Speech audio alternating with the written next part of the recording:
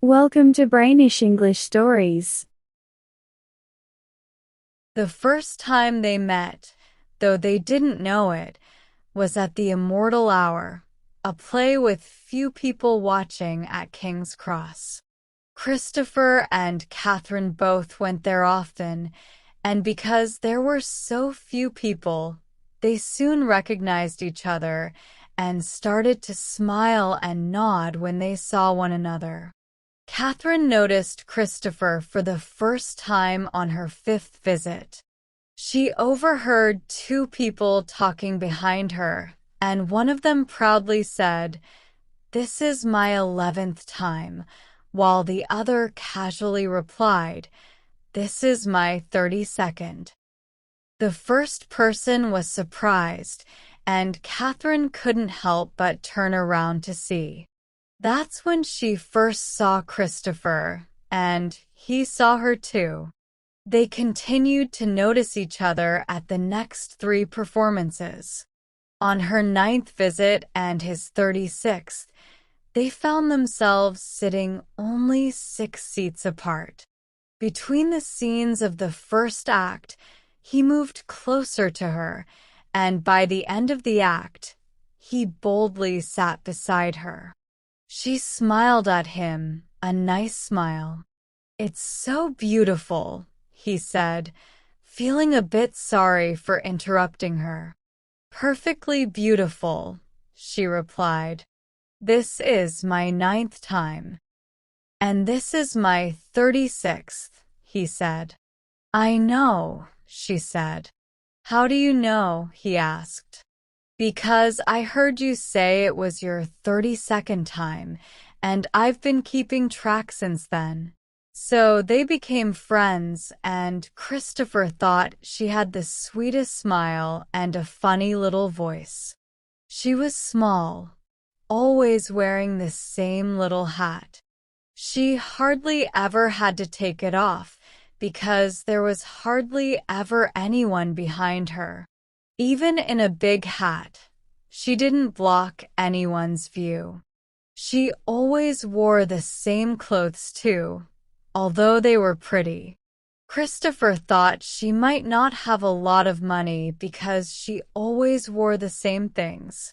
He also thought she might be a bit older than him, just a little older, but that didn't seem important. One night, he started to feel like she might be married, and he didn't like that feeling at all. He wondered if he was falling in love with her, even though he didn't even know her name. It was her 14th visit and his 48th, and he found himself going to the play more often just to see her. He couldn't figure out why he felt this way, but there was something about her that made him uneasy. He couldn't explain it, whether it was her round figure, the way she talked, or her calmness. Maybe it was the way she seemed so confident, like she could make friends with anyone and then leave them whenever she wanted. But maybe he was wrong. She was always by herself. If she had a husband, he would probably show up eventually. He couldn't imagine a husband letting his sweet wife go out alone at night like this. Maybe he didn't understand women very well. His past experiences with them had been disappointing and messy, so he couldn't really compare. Even though they had sat together several times now, they had only talked about the Immortal Hour. They were both so passionate about it.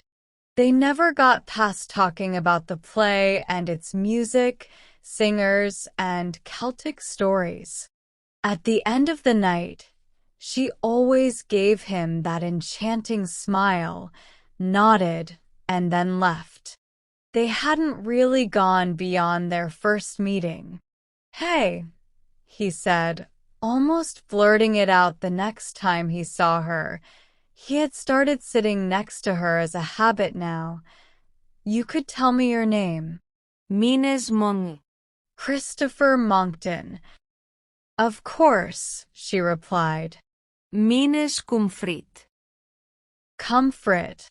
He thought it was a funny name, but it suited her somehow. Just Comfort? He asked, holding his breath. She laughed. Oh, there's Catherine as well, she said. I like that. It's pretty. They're sweet and pretty when said together.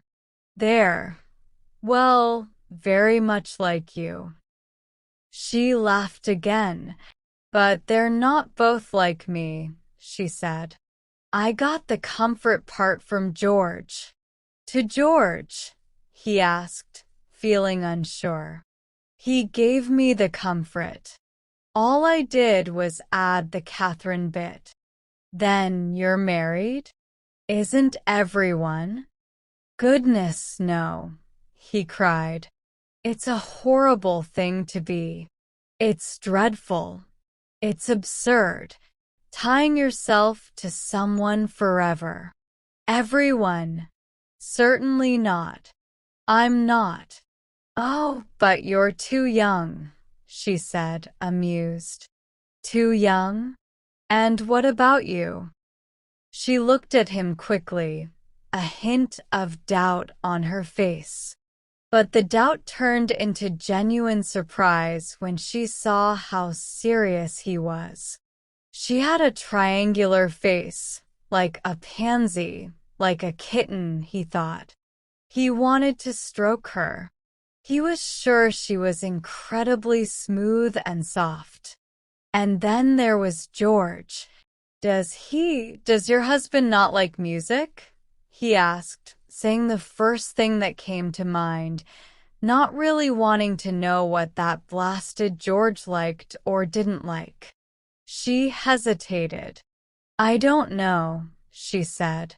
He didn't used to. But he doesn't come here? How could he?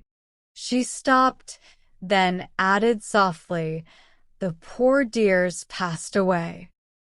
His heart leaped. A widow. The awful war had done one good thing, at least. It had taken George away.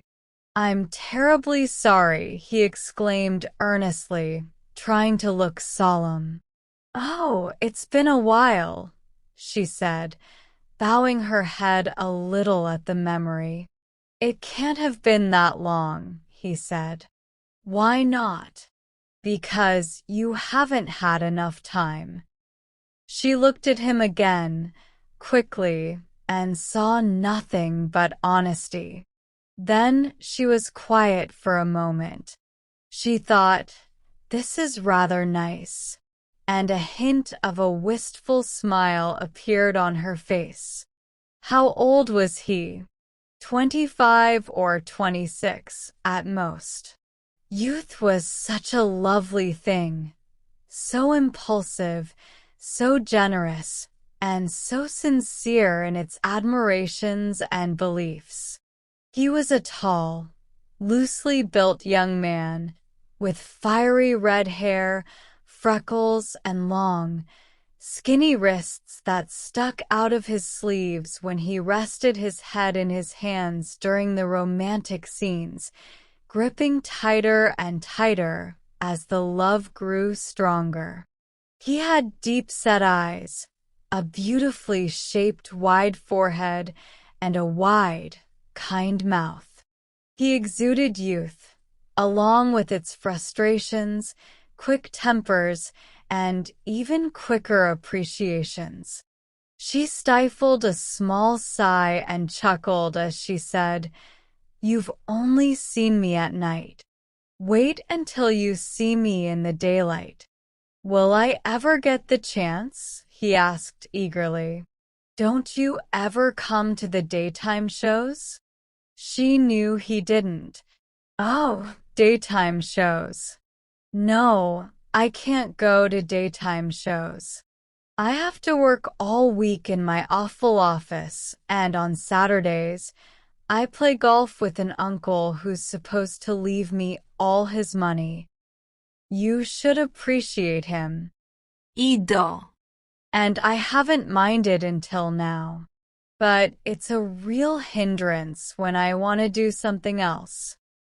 He looked at her sadly. Then his face brightened. Sundays, he said eagerly. I'm free on Sundays. He's religious and won't play on Sundays. Could I? There are no daytime shows on Sunday, she said. No, but could I come and see you? Come and visit. Hush, she said, raising her hand as the music for the second act began. And just like before, at the end, before he could say anything, while he was still struggling with his coat, she slipped away as usual after nodding good night. The next time, however, he was more determined and started right away. It felt like he had been thinking about her nonstop, and it was silly not to know anything about someone he thought about so much, apart from her name and the fact that her husband was no longer alive. It was a big leap from knowing nothing at all, and the news of her husband's passing was such a relief to him that he couldn't help but feel like he might be falling in love. All husbands should be gone, he thought, troublesome, complicating things. What would have happened if her husband had still been alive? Well, he would have lost her right away, almost before getting started. And he was so lonely, and she was, well, what wasn't she? She was just like what he had been dreaming of for years, a little bundle of sweetness, warmth, comfort, reassurance, and love. The next time she came, as soon as she appeared, he went over to where she sat and started talking. He was going to ask her straight out if he could visit her, get her address, but she happened to be late that night. Just as he opened his mouth, the lights dimmed, and she raised her hand, saying, "Hush." Trying to whisper what he wanted to say was useless, because even the few audience members were strict about total silence. He also worried that she preferred the music over anything he might say. He sat with his arms crossed and waited. He had to wait until the end of the act, because even when the curtain fell between scenes and only the orchestra played, he was quickly shushed by the offended audience members when he tried to speak up again. She also raised her hand, saying, "Oh, hush." He started to feel a bit fed up with the immortal hour. But finally, the act ended and the lights came back on. She turned her flushed face to him, the music still gleaming in her eyes. She was always flushed and her eyes always sparkled at the end of the love scene. He couldn't help feeling very stirred up every time he saw the lovers' passionate embrace. Oh, to be embraced like that. He was yearning for love. "Isn't it wonderful?" she whispered. "Will you ever let me come and see you?" he asked, not wasting another moment. She looked at him for a moment, gathering her thoughts, a little surprised. "Of course," she said. "You can. Though." She paused. "Go on," he urged. "I was going to say, don't you already see me?" she said. "But what is this?"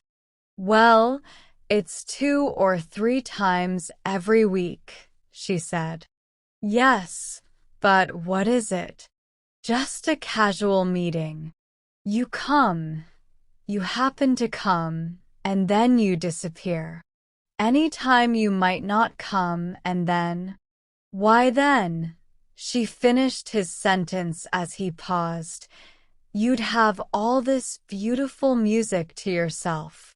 I don't think they ever performed that last part more beautifully, do you? And she went on, chatting as usual about the immortal hour, and he didn't have a chance to say another word before the music started again, and the audience members collectively shushed everyone. Christopher thought enthusiasm should have its limits. He forgot that, to start with, his enthusiasm had far surpassed hers. He crossed his arms again, a sign of his determined and patient attitude. When the show was over and she bid him a smiling good night and hurried off without saying more, he wasted no time putting on his coat, but simply grabbed it and went after her. It was hard to keep up with her. She could slip through gaps he couldn't, and he almost lost her at the turn of the stairs. However, he caught up with her on the steps outside, just as she was about to go out into the rain, and he put his hand on her arm.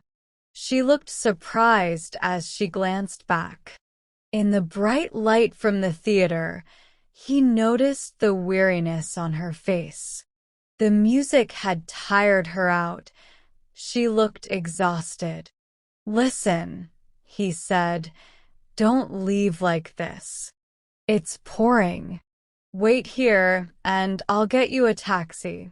Oh, but I always take the tube, she said, holding on to him as some people pushed past and pushed her against him. You can't take the tube tonight. Not in this rain. And you look really tired. She looked at him oddly and chuckled. Do I? She said. Well, I'm not. Not at all tired. And I can definitely take the tube. It's very close. You can't do that. Stand here out of the rain while I get a taxi. And off he went. For a moment, she almost ran off herself, going to the tube as usual and getting home her own way. But then she thought, no, that would be wrong of me, very wrong. I must try to act like a gentleman. And waited. Where should I tell him to go? Christopher asked, having hailed a taxi and put her inside, yet not having the courage to insist on seeing her safely home. She gave him the address, 90A, Hertford Street, and he wondered why. Living in such a street with the air of Park Lane wafting down from around the corner, she didn't have a car and wanted to take the tube. Can I give you a lift? She asked, leaning forward at the last moment. He was in the taxi in an instant. I was hoping you'd say that, he said, closing the door so forcefully that raindrops splashed off the top of the window onto her dress. He had to wipe them off, which he did carefully, using a handkerchief that unfortunately wasn't one of his new ones. She sat quietly while he did it, going over the evening's performance, describing, reminding, and he, as he dried, told himself that he had had enough of the immortal hour. She must stop, she must stop. He needed to talk to her, find out more about her. He was eager to learn more about her before the taxi arrived at her home. And she did nothing but quote and express ecstasy as they bumped along. Ecstasy, he thought, pleased with the word that popped into his head. He liked it so much that he said it aloud. I wish she wouldn't be so ecstatic, he said. Not now. Not for the next few minutes. ECS. What? she repeated, puzzled. Aren't your shoes wet from crossing that soaking pavement? They must be wet, he said, reaching down to wipe their soles with his handkerchief. She watched him, a little surprised but still passive. This was what it meant to be young. One wasted a beautiful clean handkerchief on a woman's dirty shoes without a second thought. She noticed the thickness of his hair as he bent over her shoes. She had forgotten how thick young people's hair could be, having only looked at elderly heads for so long. To him, in the dimness of the taxi, she looked exactly like the dream, a warm, round, cozy, delightful dream lonely souls like himself always dreamed of, hugging their pillows sadly. As for her feet, he abruptly stopped drying them. The next thing he knew, he might be kneeling down and kissing them, and he was afraid she might not like that and get angry with him, never letting him see her again. "You've ruined your handkerchief," she remarked as he put it, all muddy, into his pocket. "I don't see it that way," he said, staring straight ahead out the front windows, sitting stiffly in his corner because he didn't trust himself and was afraid of not behaving. It was now clear to Christopher that he was deeply in love. He felt very happy about it because, for the first time, he was in love properly. All the other times had been so unpleasant, leaving him making wry faces. He had longed and longed to be in love, properly, with someone intelligent and educated as well as adorable. These three things, but being adorable was the most important. He stole a glance at her from the corners of his eyes. She didn't look tired anymore. How wonderful these dark taxis were if only the other person happened to be in love as well. Would she ever be? Would she ever be again? Or was all that buried with that scoundrel George? She had been fond of George. She had called him a poor darling. But it was easy to call the dead poor darlings and grow fond of them as time passed, since they had stopped being alive and bothersome. "Where should I drop you?" she asked. "We've passed it," he said. "At least, he hasn't gone anywhere near it. I live in Wyndham Place. I'll see you safely home and then take him on." "That's very kind of you, but you'll have to let me pay my share," she said. "And I say," he continued quickly, waving aside whatever she was doing with her purse impatiently, as they careened across Berkeley Square, and he knew time was short, "you haven't said if I may come and see you. I would really like to.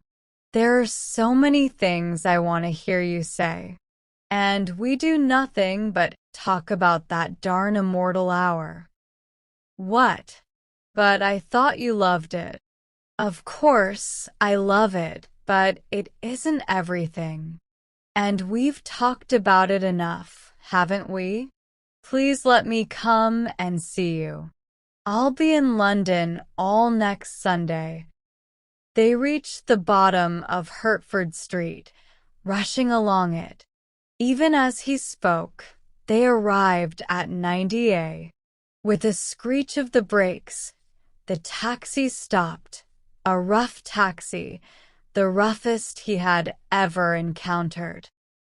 He might have had the luck to get one of those slow, careful old ones, driven by bearded old men who always came when he needed to catch a train or was late for a dinner. They would always pull back with old-fashioned politeness at every cross street, allowing even horse-drawn traffic to pass first. "Can I come next Sunday?" he asked, leaning across her to open the door, as she prepared to open it herself since he didn't move.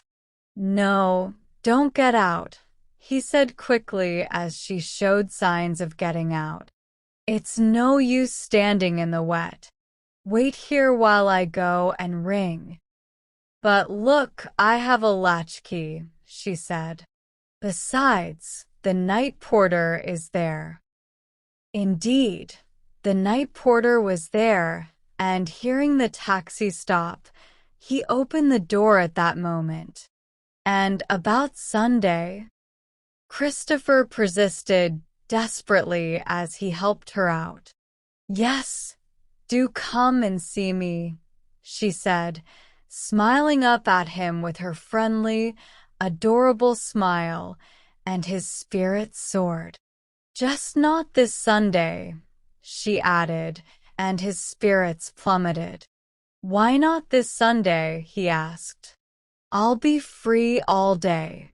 "Yes, but I won't," she said, laughing, amused by him. "I'm sure there's something." She furrowed her brow, trying to remember. "Oh yes," she said, "Stephen. I've promised to go out with him." Stephen. His heart stopped. George was settled, completely, and now here was Stephen. Just as the door was about to shut on her, leaving him outside alone, understanding dawned on him. Stephen was her son, her little son, her only little son. As awful as it was to think about, marriage was truly horrible. George had left his mark, and this delicate, small thing, this exquisite, soft little creature, was the vessel for his foolish desire to continue his name. "I suppose," he said, stopping her, his hat still in his hand, rain falling on his bare head, the porter holding the door open and observing, "You're taking him to the zoo?" He couldn't think of a more likely place for Stephen on a Sunday than the zoo, and he would go there too, and take another look at those delightful monkeys. "The zoo?" she repeated, puzzled. Then she started laughing. "I wonder," she said, her face full of laughter, "why you think Stephen wants to go to the zoo? Poor darling, another poor darling, but this time a live one. He's as old as I am." As old as she was. "Stephen." She waved her hand. "Come another Sunday," she called out as the door closed. He stood for a moment, staring at it. Then he turned away slowly, putting on his hat as he descended the steps. Lost in painful thoughts, he mechanically headed home through the rain when the taxi driver, realizing with amazed indignation what his fare was doing, jerked him back to his obligations by vigorously and rudely honking.